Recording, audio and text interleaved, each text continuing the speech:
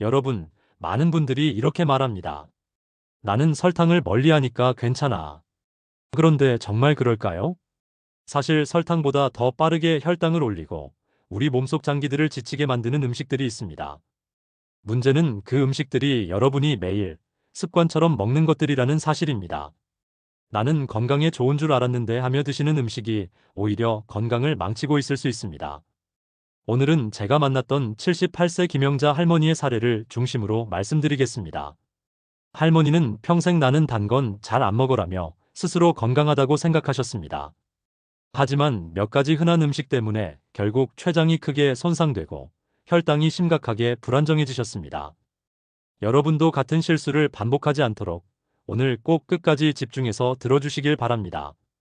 첫 번째 음식은 흰쌀밥입니다. 김영자 할머니는 늘 이렇게 말씀하셨습니다. 밥은 흰쌀밥이지. 현미나 잡곡은 맛도 없고 소화도 안 된다니까. 그래서 평생 세 끼니를 흰쌀밥으로만 드셨습니다. 70세가 넘어가면서 이상한 변화가 나타났습니다. 밥만 먹고 나면 금세 눈이 침침해지고 머리가 띵해졌습니다. 점심을 먹고 나면 소파에 앉아 꾸벅꾸벅 졸고 오후 내내 피곤해서 움직이질 못했습니다. 심지어는 길을 걷다가 갑자기 어지럼증이 와서 벽을 붙잡은 적도 있었습니다. 검사를 해보니 혈당이 밥을 먹을 때마다 급격히 치솟고 있었고 췌장은 그 부담을 견디지 못하고 이미 지쳐 있었습니다.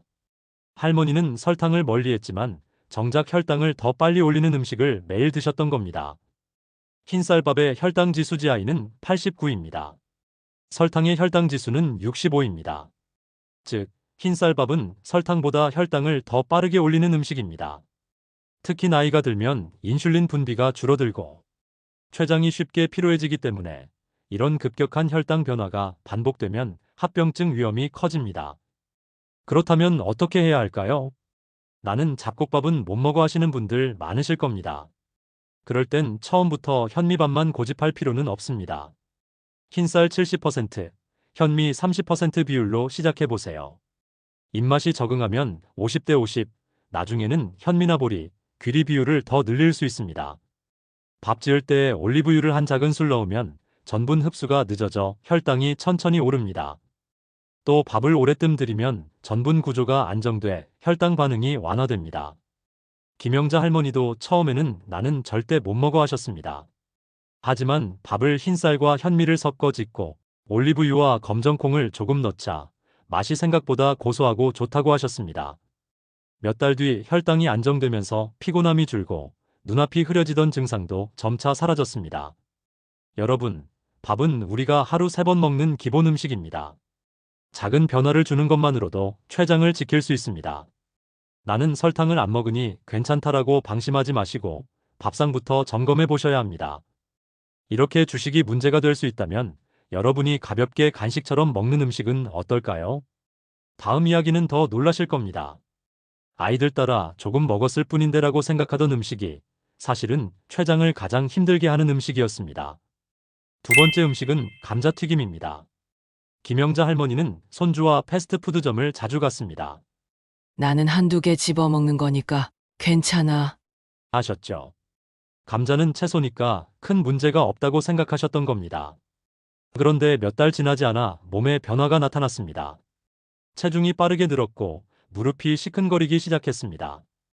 혈압이 높아지고 콜레스테롤 수치도 경고 수준까지 올라갔습니다. 왜 이런 결과가 나왔을까요? 감자는 원래 혈당 지수가 높은 식품입니다. 그런데 기름에 튀기면 전분 구조가 변해 혈당을 훨씬 빠르게 올립니다.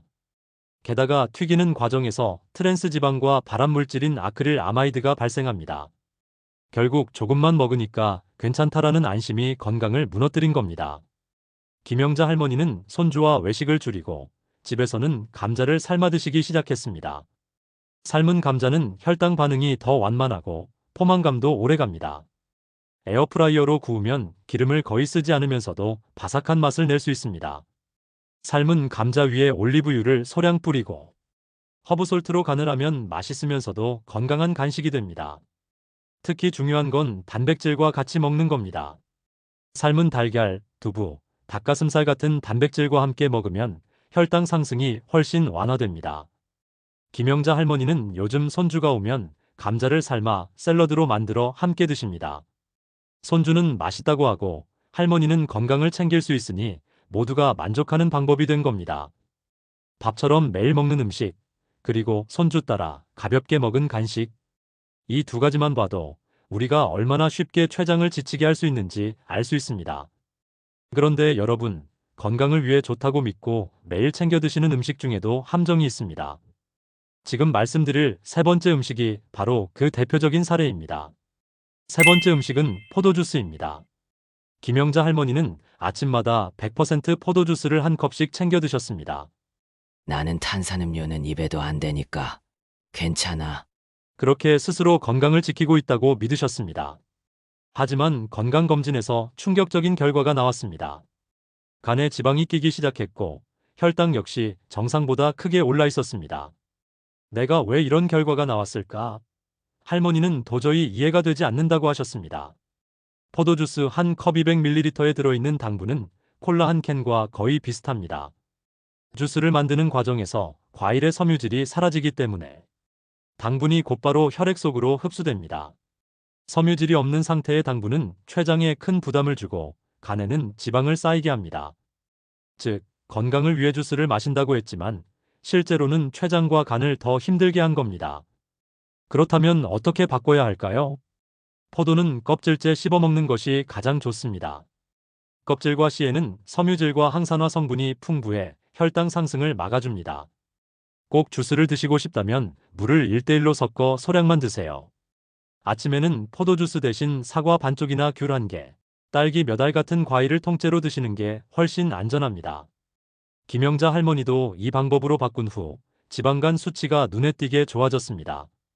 나는 건강을 위해 주스를 마셨다고 생각했는데 오히려 몸을 해치고 있었다라며 크게 놀라셨습니다. 여러분, 여기까지 세 가지 음식을 보셨습니다. 흰쌀밥, 감자튀김, 포도주스. 모두 너무 익숙하고 친근한 음식들입니다. 하지만 70세 이후에는 췌장과 혈관에 큰 부담이 되는 음식들입니다.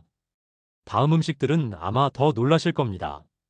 건강식이라고 믿었던 음식들이 오히려 혈당을 빠르게 올리고 췌장을 지치게 만들 수 있기 때문입니다. 네 번째 음식은 바로 떡입니다. 김영자 할머니는 명절 때뿐 아니라 평소에도 떡을 즐겨 드셨습니다. 아침에 식사 대용으로 인절미를 몇 개 챙겨 드시거나 오후에 간식으로 절편을 드시곤 했습니다.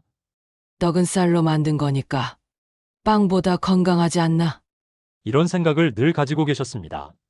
하지만 떡은 생각보다 훨씬 위험한 음식입니다. 특히 나이가 들어 소화 효소가 줄어드는 70세 이후에는 떡이 소화되는 과정이 췌장에 큰 부담을 줍니다. 떡은 전분 덩어리인데 끈적끈적하게 뭉쳐 있어 소화가 느리게 되는 것 같지만 실제로는 혈당을 빠르게 올립니다. 떡 한두 조각만 먹어도 혈당이 급격하게 오르고 췌장은 이를 막기 위해 무리하게 인슐린을 분비해야 합니다.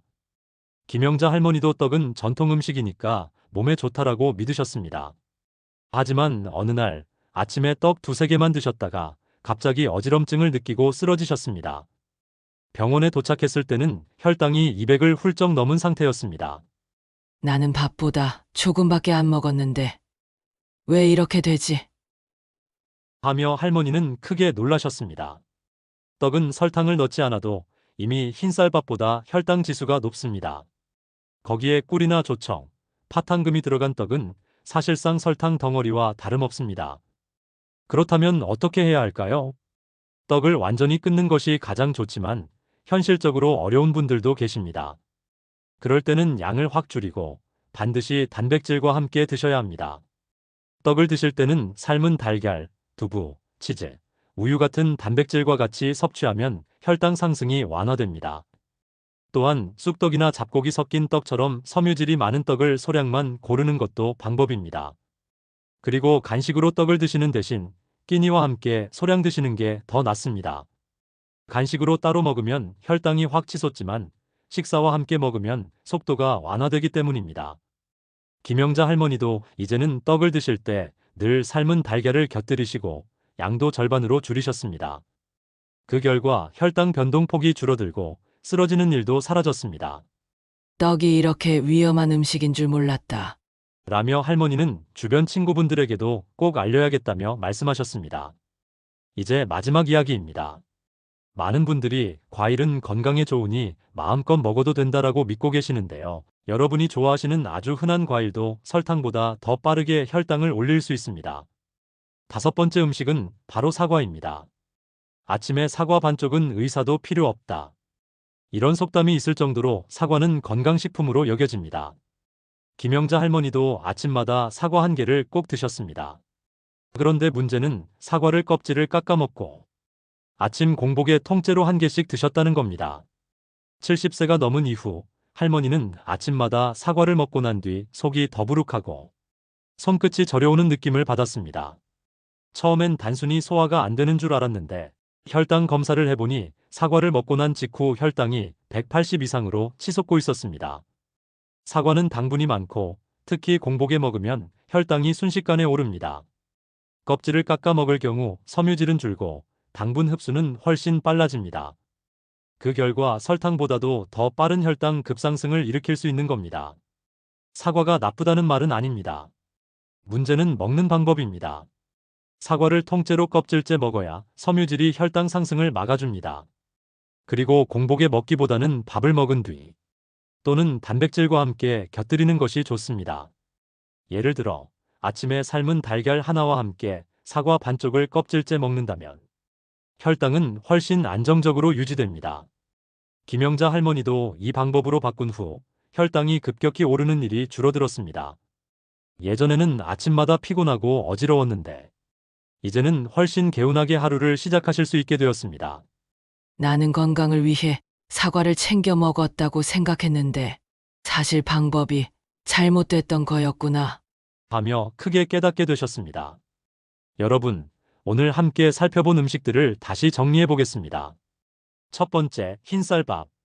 두 번째, 감자튀김. 세 번째, 포도주스. 네 번째, 떡. 그리고 다섯 번째, 사과. 모두 너무나 익숙하고 심지어 건강식이라고 믿었던 음식들입니다. 하지만 나이가 들면 인슐린 분비 능력이 떨어지고 췌장은 쉽게 지칩니다. 이때 이런 음식들을 아무렇지 않게 먹으면 설탕보다 더 큰 위험을 불러올 수 있습니다. 여러분, 지금부터라도 식탁과 간식을 다시 점검해 보시길 바랍니다.